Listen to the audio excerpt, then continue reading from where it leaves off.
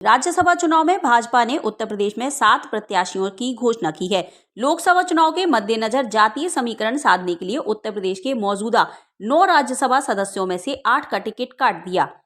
मौजूदा सदस्यों से केवल सुधांशु त्रिवेदी को दोबारा मौका दिया गया है।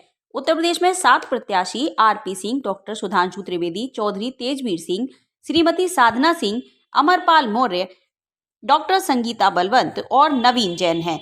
नगर के उत्तरी रामपुरी के शिव मंदिर में होने वाले भगवान शिव पार्वती की मूर्ति की प्राण प्रतिष्ठा से पूर्व क्षेत्र की 108 महिलाओं ने सिर पर कलश लेकर भक्ति भाव से कलश यात्रा निकाली।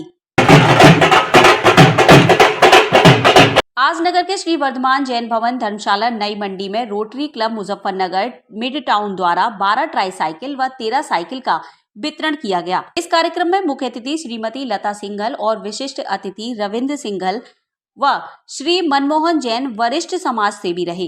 आए हुए अतिथि व विशिष्ट अतिथियों ने क्लब के द्वारा समाज सेवा के कार्यों की मुक्त कंठ से प्रशंसा की।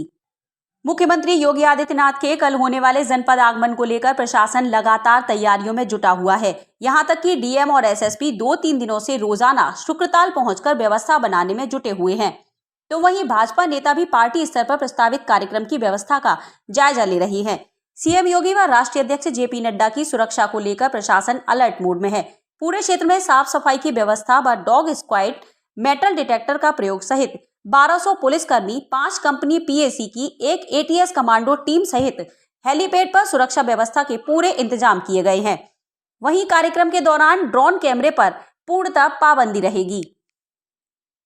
मुख्यमंत्री योगी आदित्यनाथ कल सुबह संभल पहुंचेंगे, जहां से शुक्र तीर्थ मेला स्थल पहुंचेंगे, जिसके बाद विभिन्न कार्यक्रमों में हिस्सा लेंगे। तो वहीं सुखदेव आश्रम भी जाएंगे सीएम योगी।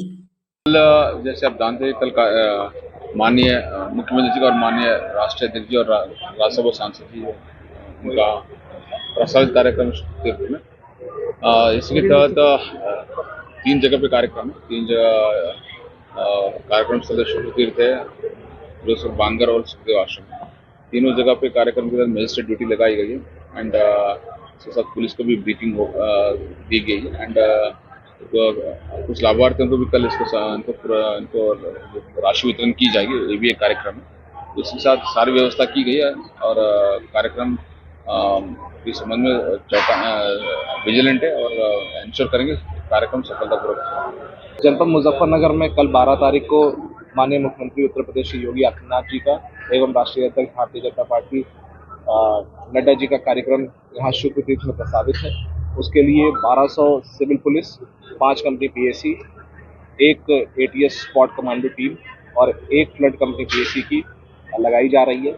इसमें अभी डिटेल में ब्रीफिंग कर दी गई है कि हेलीपैड पर कार्यक्रम स्थल और ग्राम और ट्रैफिक से जुड़े हुए जितने भी आयाम हैं सबको बता दिया गया है कि उनको क्या करना है और ड्रोन्स अलाउड नहीं रहेंगे। हम लोग इसका भी हमने प्रचार प्रसार कर दिया है और ट्रैफिक की पार्किंग की हमने बेहद व्यवस्था की है ताकि पब्लिक को या वीवीआईपीज़ को यहाँ पर पहुँचने पर और वापस जाते हुए किसी प्रकार के जाम का सामना ना करना पड़े।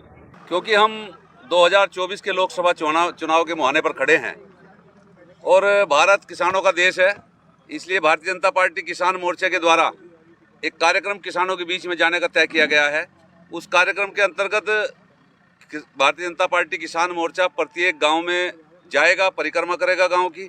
उसके बाद किसानों के बीच चौपाल करेगा और उस चौपाल को करने के बाद उसके बीच में उसमें जो है जो भी हमारी उपलब्धियां हैं भारतीय जनता पार्टी की माननीय मोदी जी के द्वारा पिछले 10 साल की, उनकी चर्चा करेंगे और जो भी समस्याएं किसानों की होंगी, जिनकी अभी आवश्यकता है, उस पर भी जो संकल्प पत्र में जिनको हमको रखना है उस विषय पर भी हम लोग उस बीच में बैठ करके चर्चा करेंगे।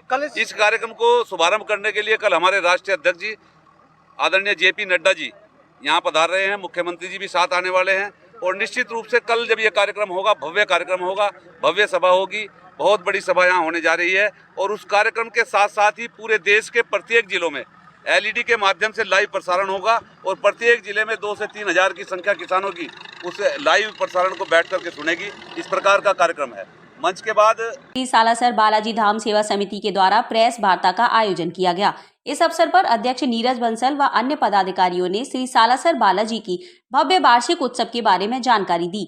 13 फरवरी को ध्वज यात्रा व 14 फरवरी को बाबा की भव्य शोभा यात्रा नगर के विभिन्न स्थानों से होकर गुजरेगी। 15 फरवरी को विशाल भंडारे का आयोजन भी किया जाएगा। उन्होंने सभी श्रद्धालुओं से वार्षिक उत्सव में ज्यादा से ज्यादा संख्या में उपस्थित होने की अपील की। बाबा का भव्य स्वरूप नगर में भ्रमण के लिए आएगा 14 फरवरी में, और 13 फरवरी को बाबा का ध्वजा यात्रा चलेगी हनुमान चौक मंदिर से मंदिर तक। वापस लोग बाग इसमें ध्वजा लेकर चलेंगे, और 14 तारीख में भव्य शोभा यात्रा होगी जो नगर के प्रमुख मार्गों से होकर मंदिर पर पहुंचेगी।